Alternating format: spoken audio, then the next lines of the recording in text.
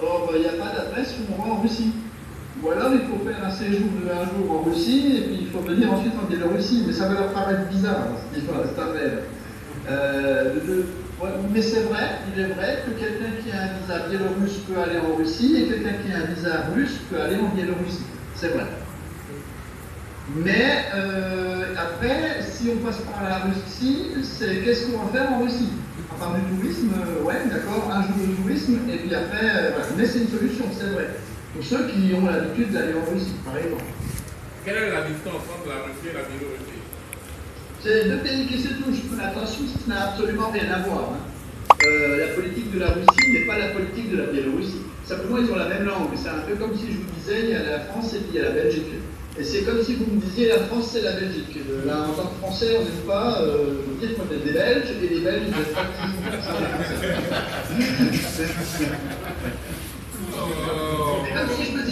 c'est comme si je me disais, hein, vous, que vous êtes, je sais pas quel pays à côté de vous, vous êtes Camerounais, voilà, par exemple, parce que vous parlez français. Ça n'a rien à voir, vous allez me dire, voilà, c'est pas mon pays. C'est pareil, voilà, c'est pas du tout le même régime. Hein, ça n'a rien à voir avec Poutine et tout ce qu'il fait. Le régime est assez strict, hein, mais par contre, ils ont des belles choses. Et moi qui suis allé l'année dernière, croyez-moi, il n'y a pas un peuple qui est par terre, déjà.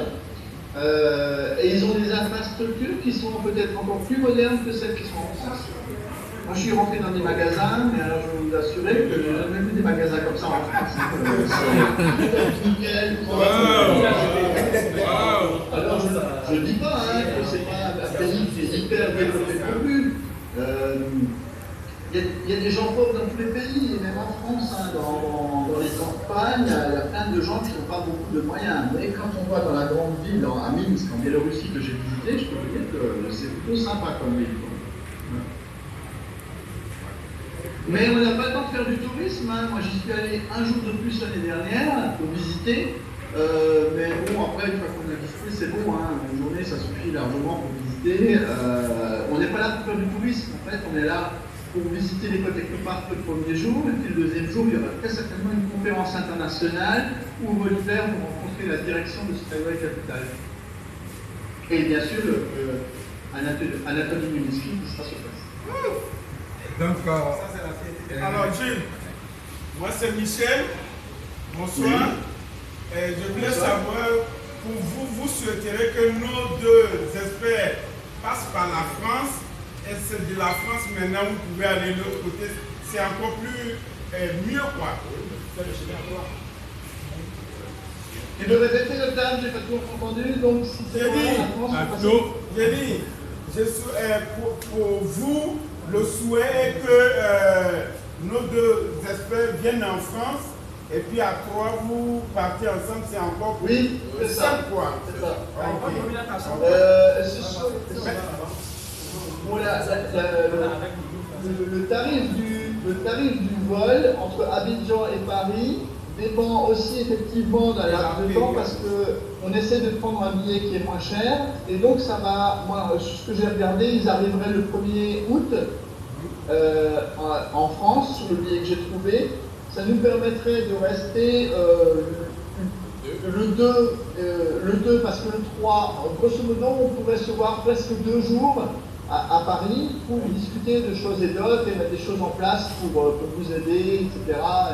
et pour leur donner du soutien et rencontrer aussi l'équipe parisienne parce que les Parisiens ils sont là aussi et ils font des choses et ça permet effectivement de rencontrer un petit peu la direction et les lignées parce que vous êtes loin et puis que ça fait toujours plaisir de rencontrer vraiment des gens qui sont dedans et puis de se dire on les a vus en chair et en os et pas juste à travers un système informatique quoi. Merci. D'accord. Bien, moi, ma question, c'est concernant nos délégués. Je veux savoir, est-ce que lorsqu'ils vont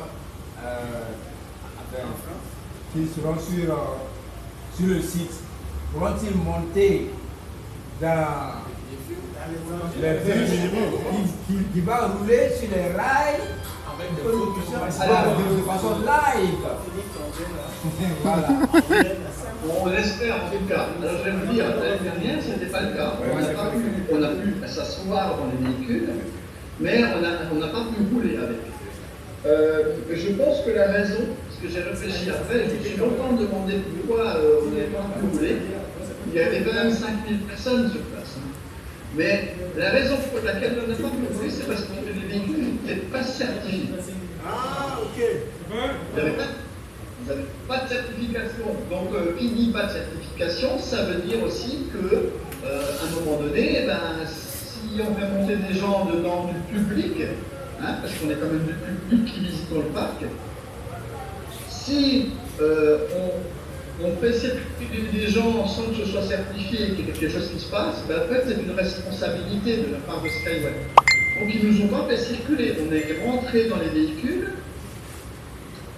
On a pu s'asseoir dans les véhicules à l'arrêt, mais on n'a pas pu rouler avec. Voilà. Et par contre, j'ai entendu dire que cette année, on allait sans doute pouvoir rouler. Alors, je ne suis pas sûr de ce que je dis, parce que quand il y a beaucoup de monde, ça me paraît un peu difficile aussi que tout le monde fasse la queue et que tout le monde fasse des tours. Je ne sais pas. On verra. On espère en tout cas, moi j'espère aussi qu'on pourra faire un tour, parce que nous, en tout cas, on va y aller faire du reportage. Et nous, on va s'asseoir dans les véhicules et on va vous donner des détails et on va vous montrer, avec toutes les images tournées par nous-mêmes, comment ça se passe sur place. D'accord, très bien, merci. Alors donc, j'aimerais aussi savoir est-ce que les noms des nouveaux investisseurs continuent d'être écrits sur le plafond, en fait dans le musée, ou bien ils ont... Non. Ok. Non. Non, parce que c'était pour tous les gens qui avaient investi et fini de payer un bac jusqu'au 18 avril 2016. Non, pardon, 2017.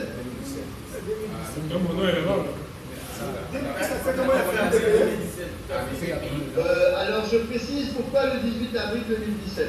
Parce que c'est la date anniversaire de l'UNITSI. Et que c'est l'UNITSI lui-même qui a financé le plafond. C'est lui qui a financé le plafond tel qu'il est, avec tous les investisseurs.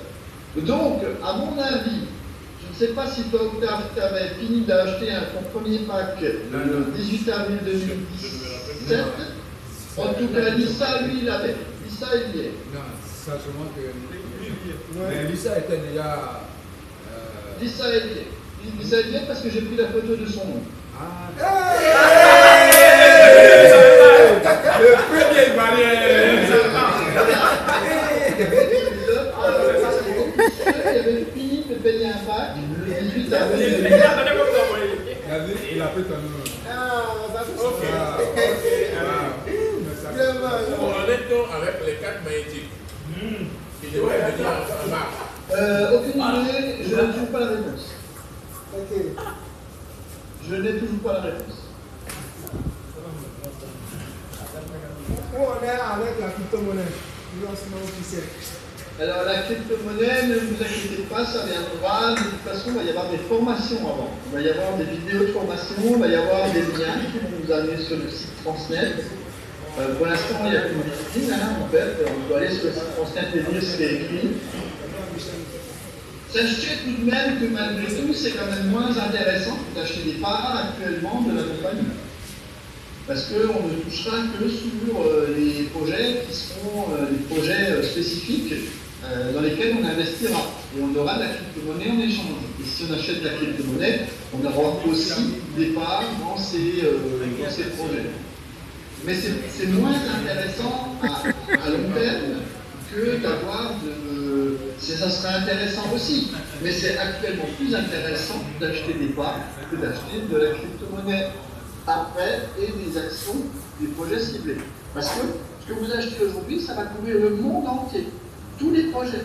Alors que après, ce qu'on achètera sur le site Transnet, dans le biais de la crypto-monnaie, eh bien, ça ne sera que pour des projets spécifiques.